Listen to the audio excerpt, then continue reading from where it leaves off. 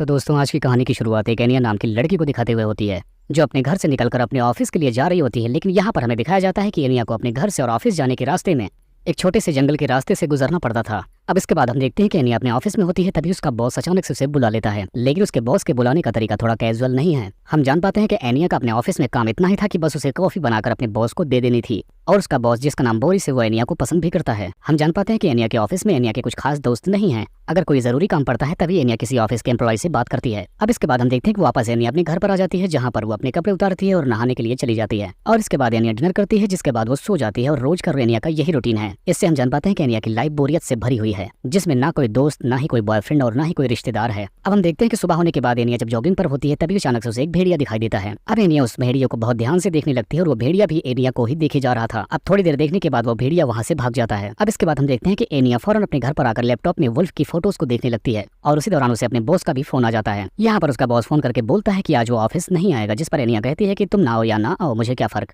अब इसके बाद हम देखते हैं कि एनिया फिर से अपने घर के बाहर जंगलों की तरफ निकल पड़ती है, जहाँ पर उसने वुल्फ को देखा था। लेकिन वहाँ पर उसे वुल्फ कहीं भी दिखाई नहीं देता। जिसके बाद वो खाना लेकर वुल्फ को ढूंढने लगती है। जिसके बाद वो मीट के एक टुकड़े को वही झाड़ी में लटका देती है, और इतना करने के बाद वो वहाँ से चली जाती है। अब एनिया अगले दिन फिर से उसी झाड़ियों में आती है, जहाँ पर उसका मीट का टुकड़ा वहीं का वहीं मिलता है। ये देखने के बाद एनिया थोड़ी गुस्से में आ जाती है। अब अगले सीन में एनिया को हम उसके दादाजी के साथ देखते हैं। यहाँ पर वो अपने दादा का हालचाल पूछने के बाद उस वुल्फ के बारे में बताने लगती है। वो बताती है कि मैंने उसके लिए ले जाकर जंगल में मीट का टुकड़ा रखा था, लेकिन उसने उसको छुआ तक नहीं। तब उसका दादू से बताता है कि शायद उसे उस चीज का मीट पसंद ना हो जो तुम लेकर गई थी। अब इसके बाद हम देखते हैं कि एनिया वापस अपने अपार्टमेंट में आ जाती है। वहाँ चुपचाप वो बैठ जाती है, तभी उसकी नजर एक बुक पर जाती है जो उसके दादाजी की होती है। जब एनिया उस बुक को पढ़ने लगती है तब उसे पता चलता है कि इस बुक में वुल्फ के प्राचीन पकड़ने के तरीके बताए गए हैं। अब एनिया बहुत ही ध्यान से इस बुक को रीड करने लगती है, जहाँ पर उसमें लिखा था कि किसी वुल्फ को पकड़ने या उसे भगाने के लिए कपड़ों के चीथड़ों का प्रयोग करना चाहिए, यानी कपड़ों के चीथड़ों से इस पूरे एरिया को घेर देना चाहिए जहाँ पर वुल्फ होने की संभावना है। अब एनिया उस बुक को पढ़ने के बाद उस वुल्फ को पकड़ने का फैसला करती है, जिसके बाद वो अपने रूम के सारे फालतू कपड़ों को अपने एक बैग में भर लेती है ताकि वो उनके चीथड़े बना सके। अब हम देखते हैं कि एनिया अपने रूम के एक अपार्टमेंट के रूम को होल कर देती है। इससे हमें लगता है कि शायद वो उस भेड़िए को पकड़कर उसे रूम में रखने वाली है। अब तभी हम देखते हैं कि एनिया के फोन पर फोन आता है, जिसको पिकअप करने के बाद उसे पता चलता है कि वो फोन एक हॉस्पिटल से है, जहां पर हम देख पाते हैं कि एनिया मेडिकल में है और वो उसके दादू की तबीयत काफी ज्यादा खराब है और अब उनका बचना शायद मुश्किल है। अब ऐसी बात सुनने के बाद एनिया काफी दुखी हो जाती है। तभी उसकी नजर कुछ दवाइयों पर जाती है और वो दवाइयां बेहोशी की होती हैं। अब एनिया उन दवाइयों से बेहोशियों के इंजेक्शन तैयार करती है, जिसके बाद वो अपनी वैन लेकर झाड़ियों की तरफ निकल पड़ती है। जिसके बाद अब उसके पास कपड़ों के बहुत सारे चीथड़े होते हैं, जिन्हें वो झाड़ियों में बांधना शुरू कर देती है। अब उन कपड़ों को बांध देने के बाद ये लोग अब वुल्फ को पकड़ने की तैयारी में लग जाते हैं। अब ये लोग जब वुल्फ को ढूंढने लगते हैं और फाइनली एनिया के हाथों वो वुल्फ लग जाता है। एनिया के अलावा बाकी सारे लोग उस वुल्फ को देखने के बाद काफी हैरान थे। जिसके बाद हम देखते हैं कि एनिया वो बेहोशी का इंजेक्शन उस वुल्फ पर लगा देती है, जिसकी वजह से वुल्फ बेहोश हो जाता है। अब एनिया वुल्फ के पास जाकर उसे एक काले थैले में रखकर अपने वैन में लेकर आती है। जिसके बाद हम देखते हैं कि एनिया उस वुल्फ को लेकर अपने घर में आ जाती है। जिसके बाद एनिया उस वुल्फ को उसी रूम में बंद कर देती है जिसमें उसने होल किया था। अब वो काफी थक चुकी थी, जिसके बाद वो उसी रूम के पास सो जाती है। अब सुबह किचन में खाना बनाकर एनिया वुल्फ के लिए भी खाना लेकर आती है। इस दौरान उसने वुल्फ से खुद को बचाने की पूरी तैयारी भी कर रखी थी। अब वुल्फ एनिया को देखने के बाद काफी गुस्से में आकर गुर्राने लगता है। जिसके बाद एनिया अपना हेलमेट निकालकर उसका खाना नीचे रखती है और तभी वुल्फ भागने की कोशिश करता है, लेकिन एनिया उसे पकड़ लेती है और फौरन डोर बंद करके बाहर आ जाती है। लेकिन इसकी वजह से एनिया के सर में चोट भी आ जाती है। हम देखते हैं कि एनिया अपने गले में एक चाबी को पहने हुए थी, यानी वो उस रूम की चाबी थी जिसमें वो भेड़िया कैद था। अब इस दौरान एनिया उस होल से वुल्फ को देखते हुए उसी दीवार के पास सो जाती है। अब इस दौरान एनिया वुल्फ से बात करने की कोशिश भी करती है, क्योंकि वो वुल्फ से काफी ज्यादा अट्रैक्ट हो चुकी थी। अब अगले सीन में हम देखते हैं कि आनिया सुपरमार्केट में जाकर कुछ मीट बाई करती है। अब आनिया मीट को लेकर वुल्फ के रूम में जाती है, लेकिन इस बार वो भेड़िया काफी ज्यादा गुस्से में था। जिसके बाद वो होल हुई दीवार को तोड़ने लगता है और फाइनली वो पूरी ताकत लगाकर उस दीवार को तोड़ ही देता है। अब वुल्फ आनिया पर हमला ही करने वाला था, लेकिन तब तक आनिया मौका पाकर कचरे फेंकने वाली डस्टबिन में घुस जाती है, जिसकी वजह से वो सीधा कचरे के ढेर में आकर गिरती है।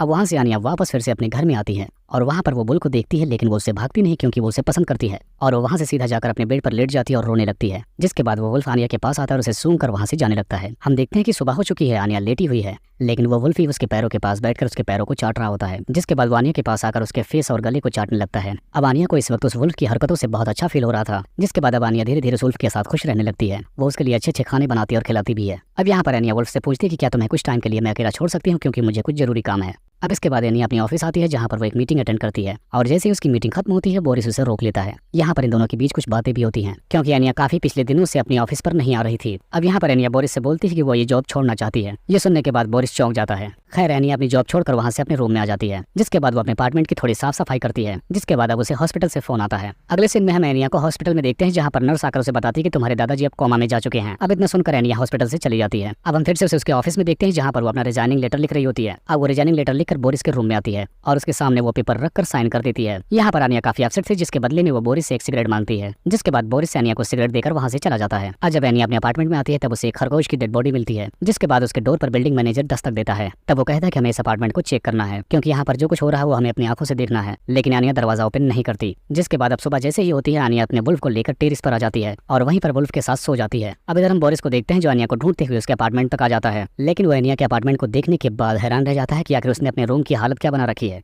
अब वो रूम से निकलकर सीधा बाहर जाने लगता है, लेकिन तभी उसकी नजर टेरिस पर जाती है, जिसके बाद वो दौड़ते हुए बिल्डिंग की टेरिस पर जाने लगता है। अब जब वो टेरिस पर पहुंचता है तो उसे वहां पर एनिया मिल जाती है। यहाँ पर बोरिस एनिया को बोलता है कि हमारे बीच जो कुछ भी हुआ उसके लिए सॉरी, लेकिन तुम ये जॉब नहीं छोड़ सकती क्योंकि मुझे तुम्हारी जरूरत है। और तभी हम देखते हैं कि वुल्फ की रस्सी एनिया के हाथों से छूट जाती है, जिसके बाद वो वुल्फ सीधा बोरिस पर अटैक कर देता है, क्योंकि अब बोरिस उसकी जीएफ के ऊपर लाइन मार रहा था। जिसके बाद हम देखते हैं कि एनिया बोरिस के फोन से मेडिकल मदद मांगती है, जिसके बाद वो दोनों फौरन बिल्डिंग को छोड़कर बाहर भाग निकलते हैं और वहीं पर हमें एम्बुलेंस भी आती हुई दिखाई देती है। जिसके बाद हम देखते हैं कि आनिया वुल्फ को लेकर झाड़ियों में आ जाती है। तभी वो वुल्फ आनिया को अपने साथ कहीं लेकर जाने लगता है। अब जब सुबह होती है तो हम देखते हैं ये दोनों एक सुनसान इलाके में पहुंच चुके थे। यहाँ पहुंचने के बाद आनिया वुल्फ के गले से वो रस्सी भी निकाल देती है और अब आनिया वुल्फ की तरह बिहेव करने लगती है। वुल्फ की तरह पानी भी पीने लगती है। अब वुल्फ उसके लिए एक शिकार भी करता है और आनिया उसके किए हुए शिकार को खाती भी है। सब मिलाकर बात ये था कि ये दोनों अब एक दूसरे के लिए कंफर्टेबल हो रहे थे। अब अगले दिन में हमें नाइट में ये दोनों एक दूसरे के साथ सोते हुए भी दिखाए जाते हैं। जिसके बाद सुबह होती है और आनिया जागती है और वो खुले आसमान में सांस